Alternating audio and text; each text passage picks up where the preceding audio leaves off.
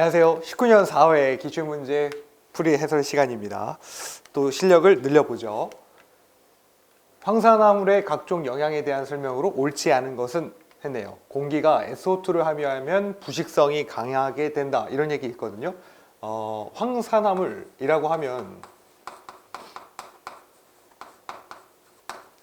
일단 SO2, 그 다음에 SO3 이런 거 생각해 내셔야 되겠죠.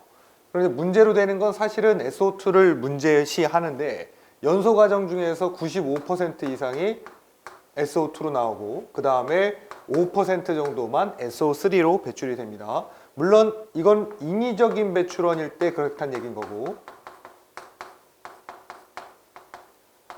대부분 이제 연소할 때, 만약에 자연적이다 이러면 DMS라든지, 그러니까 CH3에 S가 하나 붙고요, CH3 이런 형태로 존재한다든지, 혹은 COS 이런 형태로 존재한다든지, 이러면 얘네들은 이제 화산 활동이라든지 혹은 해저 이런 데서 배출이 많이 되죠. 인위적으로 만약 배출을 했어요, 황산화물을, 특히 뭐 SO2 같은 것들을 배출했다고 그러면 얘네가 문제되는 건 이러한 것들이 문제가 되는 거죠. 일단 수용성이에요. 그러니까 물에 잘 녹는단 말이지. 그러니까 뭘 유발하기 좋아?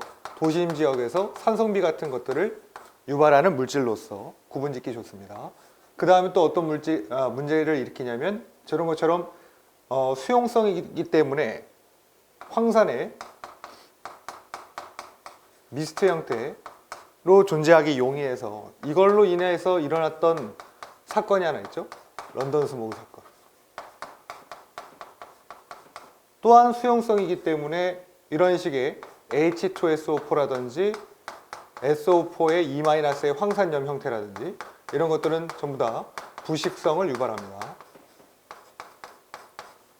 특히 문제되는 건 이제 내연기관 같은 것이라고 하면 다 이제 관내가 이제 어떤 부식에 약한 재질로서 되어 있을 수 있지 않습니까? 그러니까 부식성이 어떤 강해야지 되는데 내식이 있어야 된다는 거죠.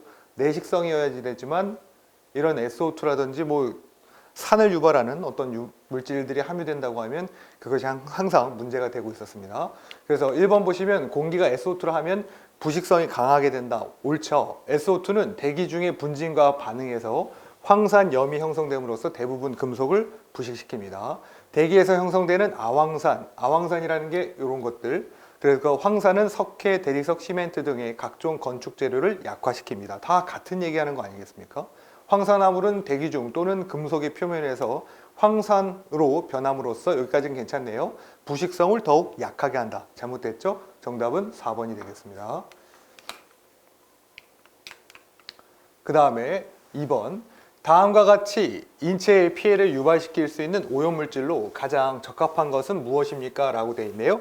그래서 보니까 혈액의 헤모글로빈의 기본 요소인 포르피린 고립의 형성을 방해함으로써 인체 내의 어떤 헤모글로빈의 형성을 억제해서 만성 빈혈이 발생할 수 있다 되어 있는데, 이런 걸 유발시키는 물질이 뭐냐 이거예요. 일단 먼저 헤모글로빈이래요. HB라고 쓰기로 하는데 얘가 해주는 역할은 결국은 이런 거죠. 몸속에 산소가 온전히 잘 돌아다녀야지만 혈액의 공급이 이제 왕성해지고 그 다음에 우리한테 이제 정상적인 호흡을 할 수 있게끔 해주는데, 그 역할을 해주는 게 누구냐면 적혈구예요. 피가 돈다는 거죠. 그런데 이 적혈구는, 그러니까 산소는 물에 원래 잘 녹지 않습니다. 얘는 난용성이에요. 그래서 얘를 산소를 데리고 가긴 좀 힘드니까 누구 보고 좀 시키는 거냐면 이 헤모글로빈 보고 O2를 좀 잡아와라, 이런 얘기야. 그래서 얘가 좀 잡아가지고 이 안에 포함시켜서 우리 몸속에 산소를 잘 전달을 시킨단 말이죠. 혈액이 잘 왕성하게 돌 수 있게끔 해준단 말이지. 그런데 이 헤모글로빈의 기본 골격이 되는 것이 HM이라고 하는 햄이라고 부르는 거예요. 햄. 네. 근데 얘를 못 만들게 하는 게 이런 애들이 못 만들게 합니다.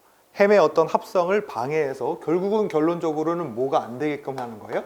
헤모글로빈으로의 변형이 안 되게끔 하는 거죠. 그러면 이렇게 안 되면 우리 몸속에는 사실은 HbO2인 옥시 헤모글로빈 이런 것들이 돌아다녀야 되는데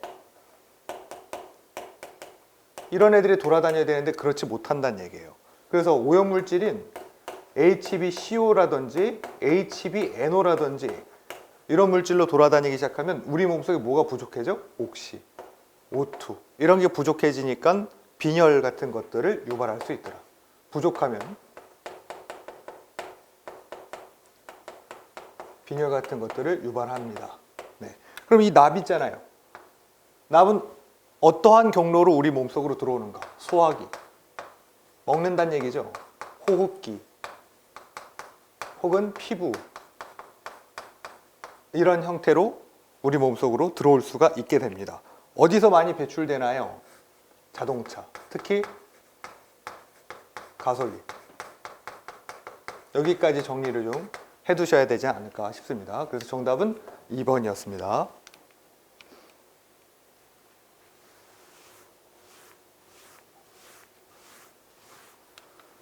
4번이요. 4번이 아닐 텐데 3번입니다. 네, 이게 3번, 이게 3번이고 그 다음 게 4번.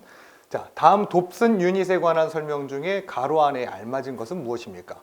1돕슨은요, 지구 대기 중에 오존의 총량을 0도씨라고 봤을 때 1기압 상태에서 표준 상태에서 두께로 환산했을 때 뭐라고 되어 있습니까? 오존의 총량을 결국은 두께로 환산했을 때 얼마에 상당하는 거. 그래서 1돕슨은 이거는 이제 너무 많이 했으니까 0.01mm.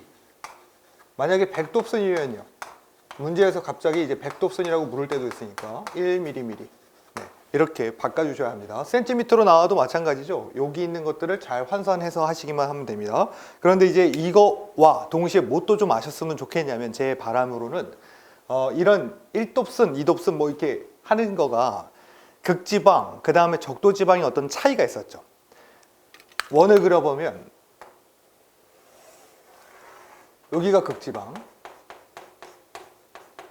여기가 적도지방 이라고 했을 때 어디가 이 돕슨의 크기가 클까요? 그러니까 오존층의 두께가 조금 더 클까요? 하게 되면 극지방이 오존층의 두께가 조금 더 큽니다. 적도지방은 오존층의 두께가 얇아요. 만약에 제가 이렇게 노란색으로 표현하는 게 대륙권의 높이라고 하면 대륙층의 높이야. 그러니까 우리가 보고 있는 하늘의 높이라고 생각할까요? 그 대륙층의 높이가 두꺼운데, 그러니까 높은 데는 어딜까요? 반대로 됩니다. 극지방이 낮고요, 적도지방이 높은 형태. 요거 이제 반대로 좀 생각을 하셔야지 돼요. 대륙층의 높이는 결국은 적도지방이 극지방보다 높다는 얘기는 이렇게도 생각할 수 있어요. 여름이 언제보다? 겨울보다 높은 거야. 네. 그 층의 높이가 높은 거고, 얘는 위도로 따졌을 때 0도고 얘는 90도죠. 그래서 어디가? 저위도가 고위도 지방보다 높은 거야. 여기까지 정리를 같이 해두시는 게 바람직합니다. 그래서 1돕슨이라고 했으니까 0.01mm라고 정답을 1번으로 체크하시면 되고요. 그 다음에 여기 밑에 이렇게 제가 그림을 하나 가져왔습니다. 여기가 극지방이라고 했을 때 400돕슨, 그 다음에 8km의 대륙층의 높이가 있는 거죠. 반대로 조금 낮죠. 뭐가? 두께가 좀 얇죠. 어디가? 적도지방이. 그리고 두께는 어때요? 극지방보다 2배 정도 두껍죠. 서로 간에 반대가 있다는 거 꼭 기억하시고, 대륙간의 높이는 적도에서 최대, 극지방에서는 최소가 되고요. 여름에 최대가 된다는 거. 오존층의 두께는 극지방에서 최대, 적도에서 최소가 됩니다. 넘어가죠. 그 다음 진짜 4번인 거죠. 이산화질소에 관한 설명 중 옳지 않은 것은, 우리가 낙스라고 하면 한 3가지 정도 생각해 보자고 했어요. 낙스는 질소산화물들은 NO 이런 거 생각해 봐야지 되고, 그 다음에 NO2 이거 생각해 봐야 되고, N2O 이거 생각해 봐야 합니다. NO는 3가지가 노, 4가지가 노네요. 4가지가 노. NO니까 노예요, 노. 4가지가 노인데 뭐냐면 무색, 그 다음 무취, 무자극성, 그 다음에 물에도 녹지 않아. 노수용성 이랄까 할까요? 노수용성이야. 그러니까 난용성인데 이렇게 얘기하죠. 그러니까 안 색깔없고 냄새 안 나고 자극이 없고 그 다음에 수용성이지도 않다고요. 물에 잘 안 녹아요. 그런데 뭐랑의 결합력이 조금 좋냐면 헤모글로빈하고의 결합력이 좀 우수한 편이어서 뭘 만들기 좋냐면 아까 봤던 헤모글로빈에 NO가 붙는 거예요. 이걸 뭐라고 얘기하냐면 메트 혹은 메타 헤모글로빈이라고 한다 그랬죠. 얘가 문제가 되는 건 왜? 산소가 있고요. 그 다음에 일산화질소가 있다고 하면 헤모글로빈하고의 결합력이 누가 월등히 우세하냐면 얘가 월등히 우세해요. 그러니까 산소랑 NO가 있을 때 짝짝꿍 맺기가 얘가 좋단 말이지. 근데 아까 그 산소가 없으면 어떻게 된다고요? 빈혈 같은 것들이 잘 일어난다고요. 거기다가 얘는 약간의 독성이 있어요. 그래서 신체에 독성을 일으키기도 합니다. 그 다음 NO2는요. 얘는 얘랑 조금 다릅니다. 이거 무조건 기억하셔야 됩니다. 젓갈색의 자극성 기체입니다. 이걸로 문제가 근래에 자주 출제되고 있습니다. 물에 잘 안 녹아요. 그런데 누구보다는 잘 녹냐면 NO보다는 그래도 수용성이에요. 독성이 있어요. 독성이 누구보다? NO보다 약 5배에서 7배 정도의 독성을 갖고 있습니다. 여기까지 정리하시고 N2O는요. 지금 얘네는 NO랑 NO2는요. 만약에 대기 중에 존재한다고 하면 한 5에서 7일 정도로 존재해요.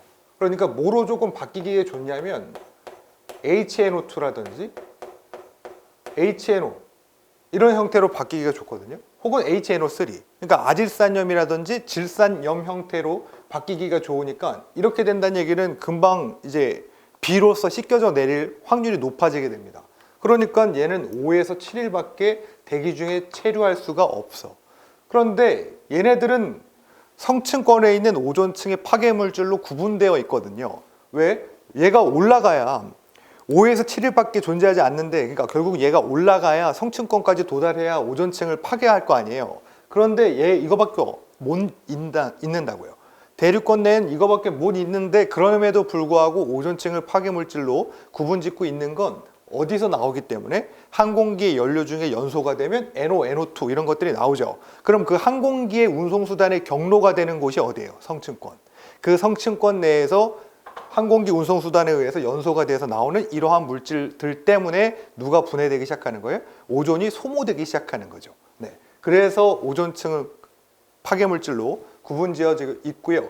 얘는 진짜 심각한 문제. 온실기체이기도 하면서 오존층을 파괴하는 물질로 구분되어 있는데 얘는 어디서 많이 나와요? 자연적이라고 하면 습지 이런 데서 많이 나옵니다.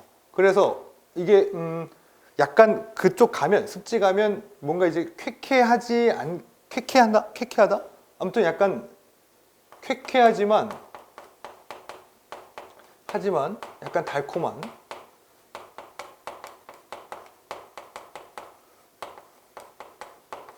향이 나고요. 얘네들을 만들어서 쓰면 마취용으로 사용이 가능해서 다른 말로 부르면 소기가스, 웃음을 유발하는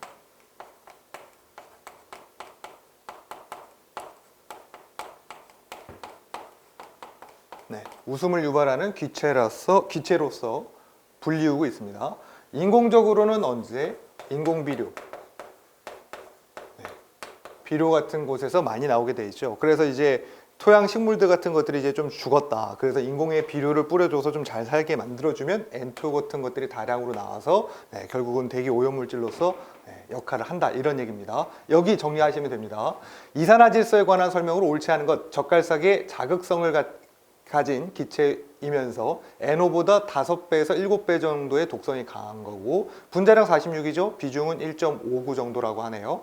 수용성이지만 NO보다는 수중의 용해도가 좀 낮은 편. 일명 우순기체라고도 한다. 이렇게 돼 있는 거 일명 우순기체라고도 한다. 이게 누구? N2를 설명하고 있는 겁니다. 나머지 읽어보시면 되겠고 넘어갑니다.